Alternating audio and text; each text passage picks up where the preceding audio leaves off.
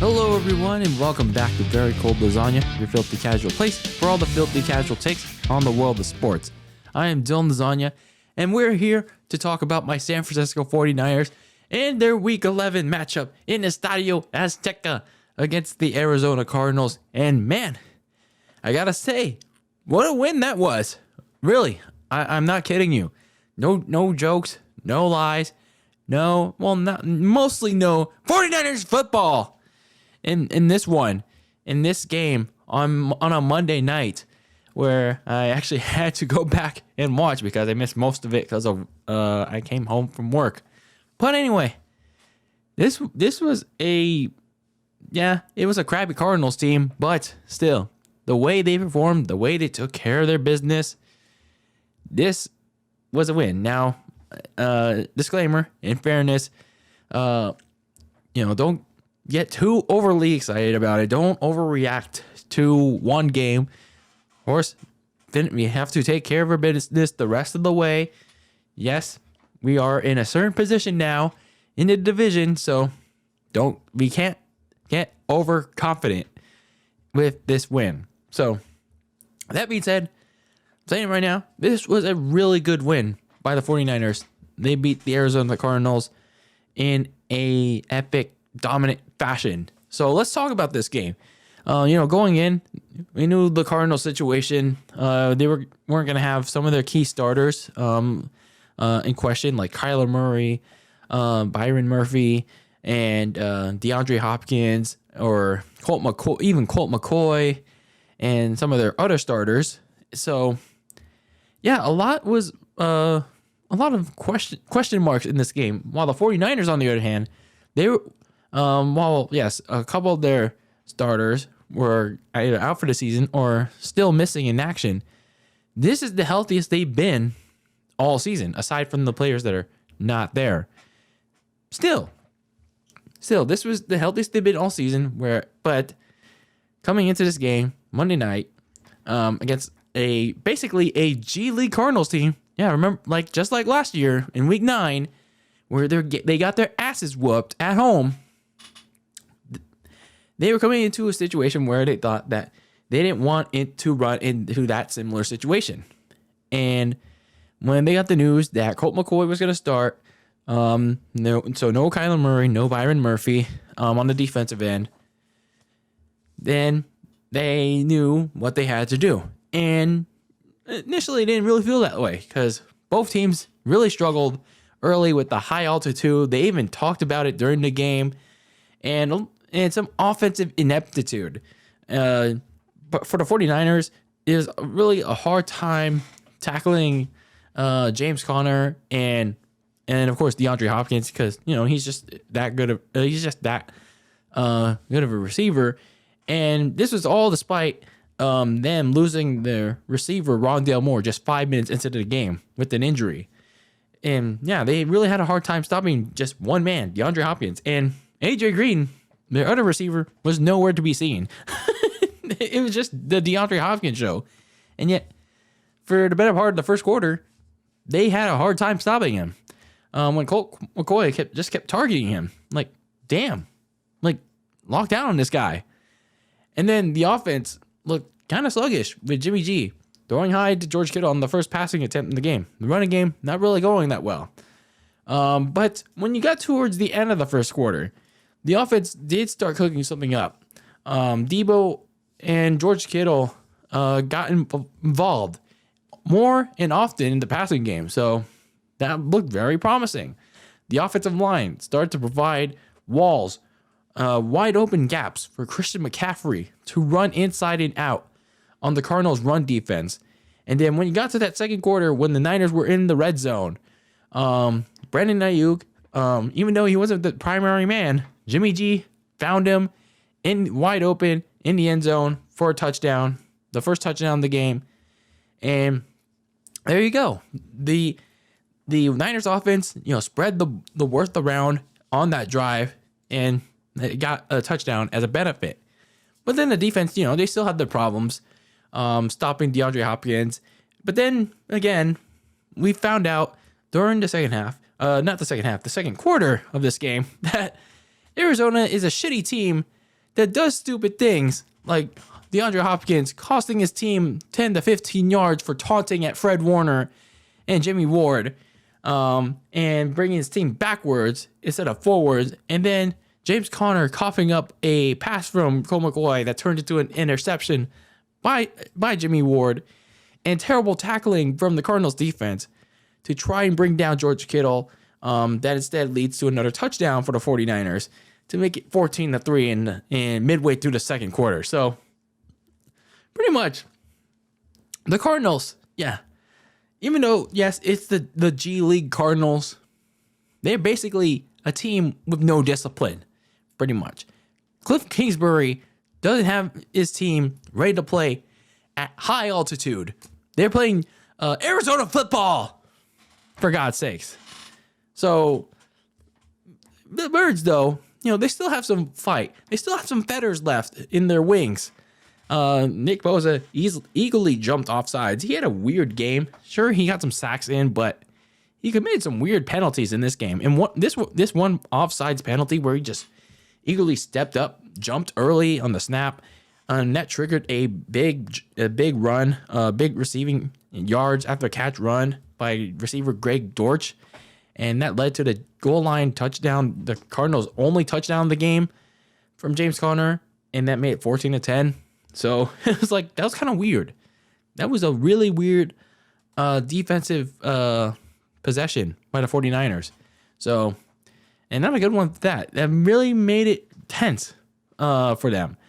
But Jimmy G did a good job, did a solid job keeping the offense moving, finding Christian McCaffrey, finding Debo, as they kept marching down the field.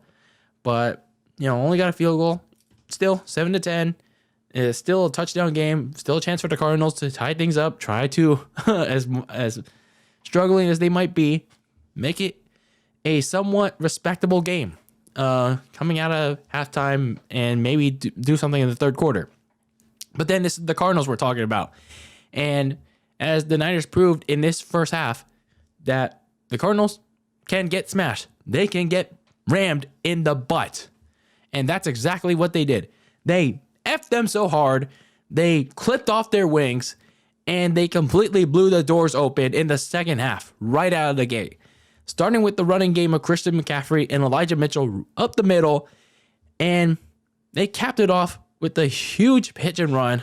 Jimmy G did this interesting pitch, and then one of the receivers pitched it back. The running back Elijah Mitchell pitched it back to Debo, and he ran it 30 plus yards for a touchdown to make it 24-10. Yeah, and then the gates were slowly flooding, and the game was slowly getting out of reach for Arizona already in the third quarter.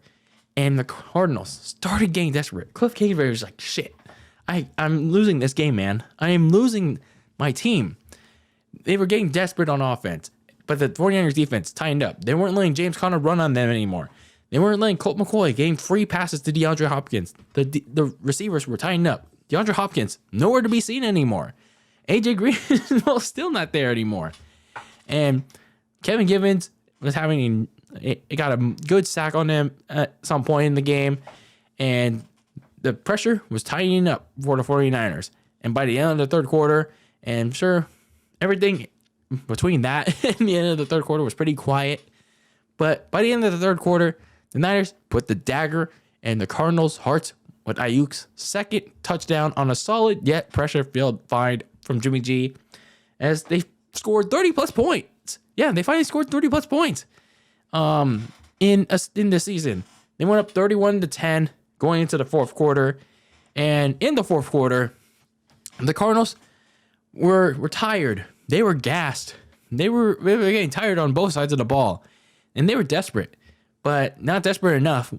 And they turned it over on downs yet again. And you know that when they failed, that it was just over and done with, because the 49ers buried the dead birds, shovel style, kept them in Mexico, as Jimmy G threw a spinning pass to George Kittle, who took the pass for his second touchdown and made it an eventual final 38-10. And after that, it was basically just good. Not really good, but I guess it was just pretty much just cleanup duty.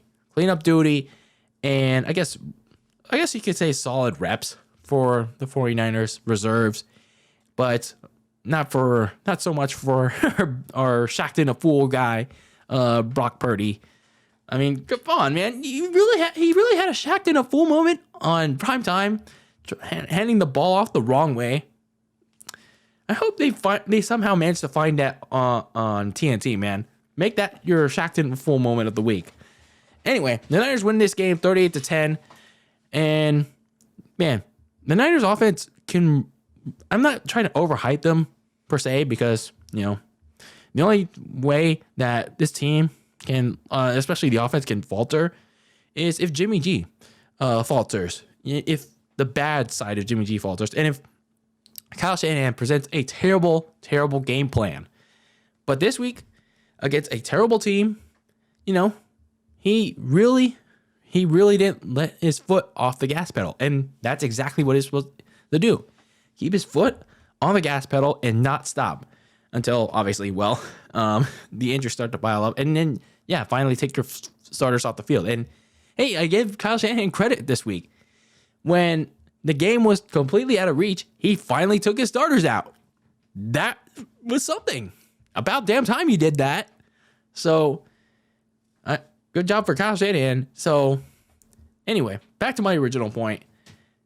The Niners offense can be really deadly and great if Kyle Shanahan can be consistent around it. Create some game plan.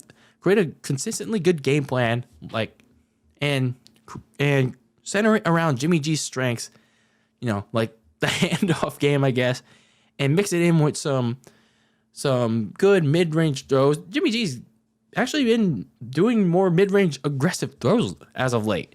And yes, sir, he still does his typical screen passes, short range throws, and heavily relies on the yaks from his receivers. But hey, I know it's Jimmy G. I mean, I still am very meh on him, but hey, he's been making an effort to actually get out of the pocket, step up to make a throw rather than just super glue himself into the pocket. So hey, I'll give him that much. I will give him that much. So if this Niner offense under Kyle Shanahan can be that deadly, then they can be a little bit of a force to be reckoned with. And then for the Arizona Cardinals, I think it's if this game wasn't an indication to fire Cliff Kingsbury by this point, then I don't know what it is. I really don't know what it is. I don't know what it's going to take for Arizona to fire their head coach, because I get it. They didn't have their starter, but even then, this whole season's been awful. It didn't even take a late season collapse, a second half season collapse, for them to choke the season away. It's like the whole season has been a consistent disaster for them.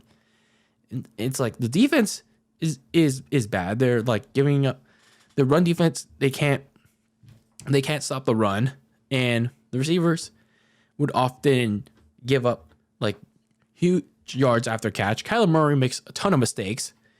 So it doesn't matter who the quarterback is. Doesn't matter if DeAndre Hopkins is there. It's like, if your defense can't stop shit, if your quarterback keeps fumbling the ball, whether it's Colt McCoy or Kyler Murray, then you probably shouldn't be head coaching this team. So I think if you're the owner of this team, don't you think it's time to fire Cliff Kingsbury? I would. So looking ahead to week 12, you're on a short week, and you're flying back home to lower altitude here in California. I think it's lower altitude. So you're coming home for a 3-game start a 3-game homestand, starting with the 4-7 New Orleans Saints. Now, I'll talk about this again in my preview for this game. You do not want to overlook New Orleans. They just beat the LA Rams, and yes, the Rams suck, but even with the mid quarterback in Andy Dalton and a bad Saints offense, a very inconsistent Saints offense, their defense is still no laughing matter, especially their defensive line. And so, yeah, their secondary could be kind of mid too, but you don't want to underestimate this Saints team. They still got a solid defensive line and a quarterback in Andy Dalton that can light it up on any given week, and can also not light it up in any given week. But they still have a good running back in Alvin Kamara and a rising receiver in Chris Olave. So this is the start of a 3-game homestand for the 49ers. They did get the NFC West back from Seattle this week, who was on a bye. So both are 6-4. Niners had the head-to-head. And overall, really good win in Mexico City against the Arizona Cardinals. So a big win for the 49ers. And I know the faithful are happy about it. And I got to say, this was a win for me, even as critical as they've been towards the 49ers this season. And I think it's I've been more critical of them this year than last year. Hey, this is a really good win for them. This is a really good win for them to go into their stretch run and perhaps their hardest point, going into their hardest point of the season. This is DylanLasagna of Very Cold Lasagna talking about my San Francisco 49ers and their week 11, I'm thinking too far ahead, week 11 victory over the Arizona Cardinals in Mexico City to improve to 6-4 as they beat them 38-10 in a big blowout victory. Jimmy G, 4 touchdowns. George Kittle and Brandon Aiyuk combined for 4 touchdowns in those four touchdowns, scoring 2 each. And the offense continuing to look really good. As long as Kyle Shanahan can game plan around that consistently, they'll set the world on fire. Not in like total fire, but under the radar, I guess. Maybe I'm just thinking too far ahead. But anyway, let me know your thoughts about this game against the Arizona Cardinals, the G League Dead Bird Arizona Cardinals, in the comments below. And until next time, keep that lasagna very cold in the fridge with your takes on the world of sports. And until next time, peace out.